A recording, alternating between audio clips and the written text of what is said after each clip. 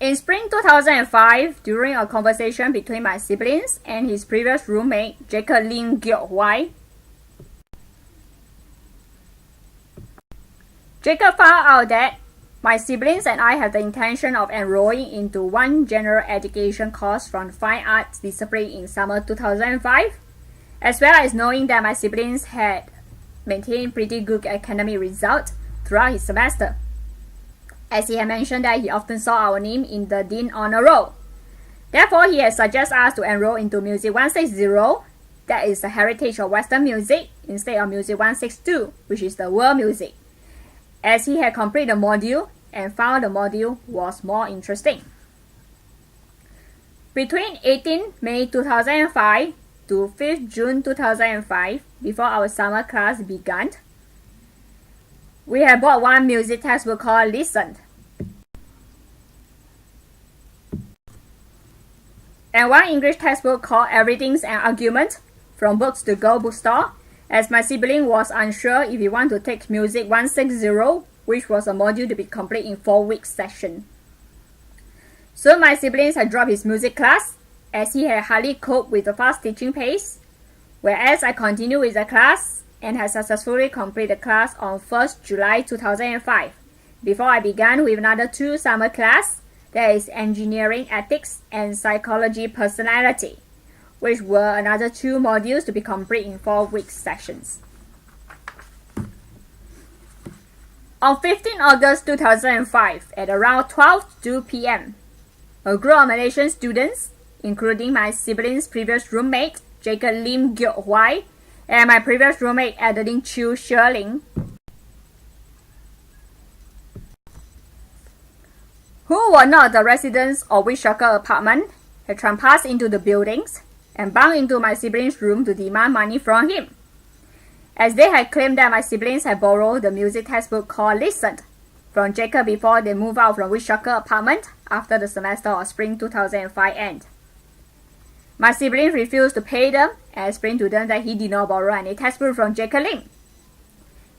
Feeling unsatisfied with my siblings' explanations, the group of Malaysian students warned my siblings before they left that they would be back in 2 days' time to collect the money. And by then, if they had failed to get the money from him, things were going to turn ugly. On 17 August 2005 at around 1 to 2 p.m., the same group of Malaysian students once again trespassed into Wichita apartment and came to my siblings' room to demand for the money. My siblings explained to them again that he did not borrow any music textbook from Jacob Lim. Therefore, it made no sense for him to pay. Without any permission or search warrant, Adeline Chiu bumped into the room and started to search around. My sibling questioned her on who gave her the authorization to conduct unlawful search, as she would be charged for trespassing and disorderly conduct. At this time, the rest of the group also forced their way into the room. While my siblings were trying to explain to the group of students, one of the students called Liner started to howl threatening remarks and gave my sibling a push. I was sitting on my sibling's bed at that time, realized that Liner was about to carry out aggressive act on my siblings and tried to block him using my palm. That is a universal body gesture to tell the other party to step back. Without realizing that Adeline Chiu would assault me at the back of my head before pushing and pulling my shirt and hair. Besides, she also attempted to scratch my face with her fingernails, but I managed to use my left arm to block the assault. Then Jacob started to drag Adeline's back. To prevent the situation from getting out of hand, my siblings called the campus police to notify them in regard to the incident which had happened on 15 and 17 August 2005. Before the campus police officer came, my siblings informed the student that he had notified my father, who was unhappy about the incidents which had happened 2 days ago. Feeling unremorseful, Liner and Adeline continued the howl threatening and crude remarks on us. Adeline warned us to watch our back, as they have a lot of friends living on and off campus that could easily track our whereabouts and beat us up. As the student was about to sneak off, 2 campus police officers came and we narrated the whole incident to Sergeant Lawrence, while I showed him the scratch mark on my left arm. Detective Maruch and Sergeant Lauren took down some statements from both parties and told me to go to the campus police station on the next day for some photograph taking of my left arm. Later that day, two community assistants, Sona and Jacobs, came to us to file the incident reports. During the filing of incident reports, both CA rushed us, as they mentioned to us that they need to send the incident report to the Dean of Student Affairs in 5 to 8 minutes time so that they could complete their work earlier. I disagree with the way the two CA had done in their work, as statement taking should not be rushed and should be detailed enough for the Dean of Student Affairs to have a clear understanding of the whole incident.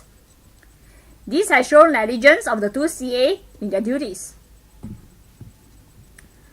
On 18 August 2005, we went to the campus police station to request them to obtain the nail sampling of my scratch wound instead of some photograph taking.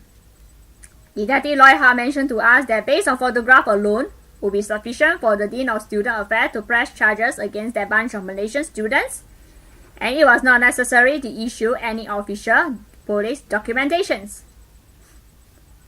Besides, my sibling asked Detective Hart on whom should we look for in regards to our safety issue.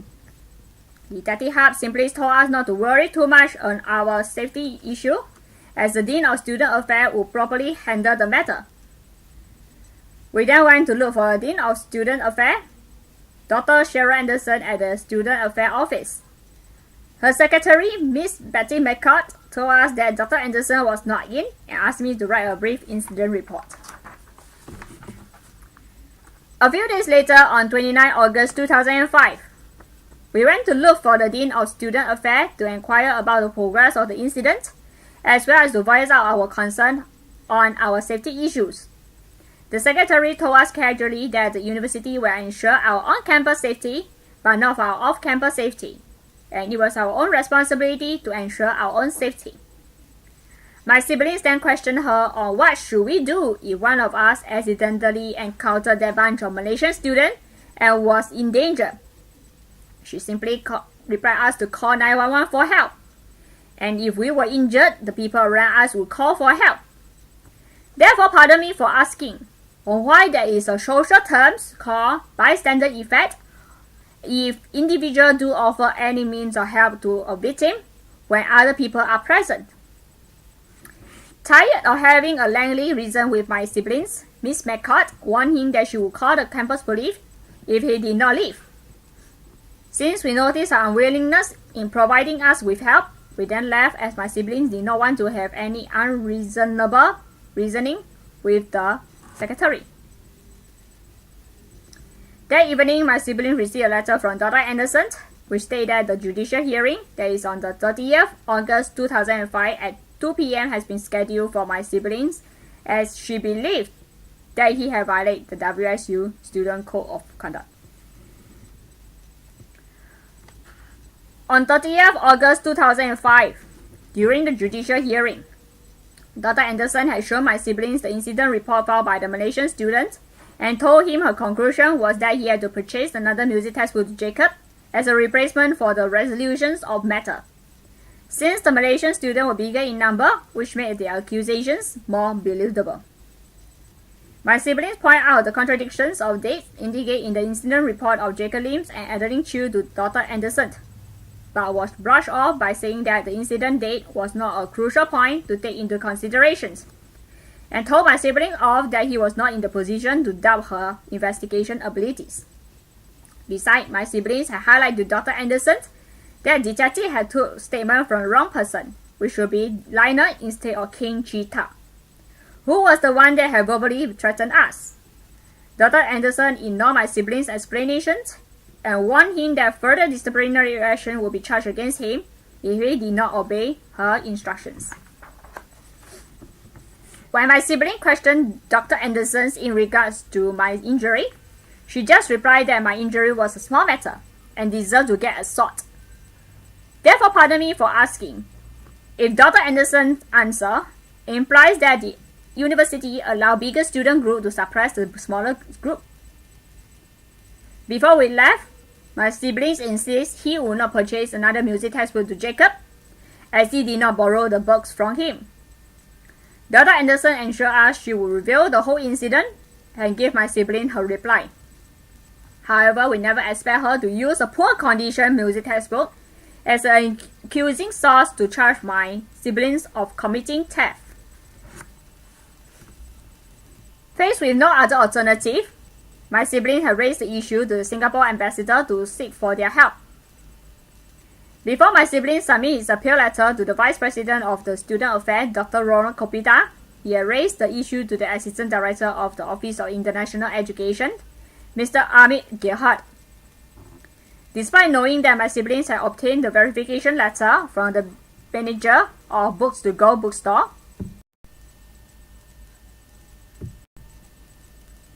Mr. Gerhard still insists that my siblings should agree with Dr. Anderson's decision by paying the money or purchase a better condition music textbook to neutralize the situation. My sibling had decided to submit his appeal letter to Dr. Kopita to prove his innocence and voice out the biasing decision imposed by Dr. Anderson. On 15 September 2005, my sibling went to submit his appeal letter to Dr. Kopita's secretary and encountered Dr. Anderson, who had told my siblings that it was fruitless to seek help from the Singapore ambassador, as she claimed that our Singapore ambassador was incompetent, who had no authority in interfere with the academic matters. Only she has the authority to do whatever she wants to, and no one, even the presidents of the United States of America, could interfere into the matters. My siblings ignored her sarcastic remarks and left the office. On 27 September 2005, my sibling received a letter from Dr. Kopita, which stated the same decision imposed by Dr. Anderson, and warned my siblings to make full restitutions as outlined by Dr. Anderson before the deadline, or else he will be faced with additional sanctions.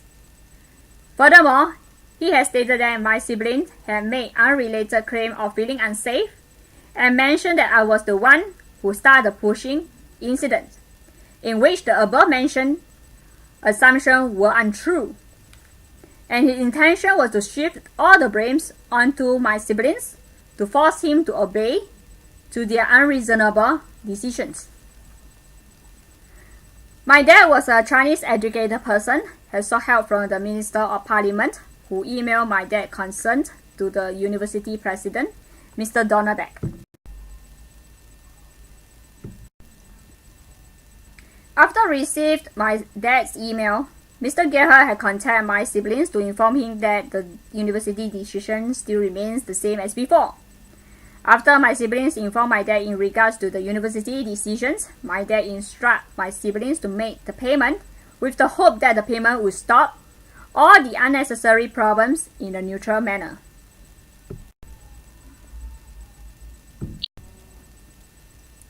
After the payment was made, my dad had received an email from Dr. Beck, which states that the university will ensure our safety and refuse to transfer us back to Singapore to complete our remaining class. My dad trusts his insurance and told us to continue our study in Wichita State University. However, never to my dad's expectations, more unpleasant incidents continue to happen against my siblings.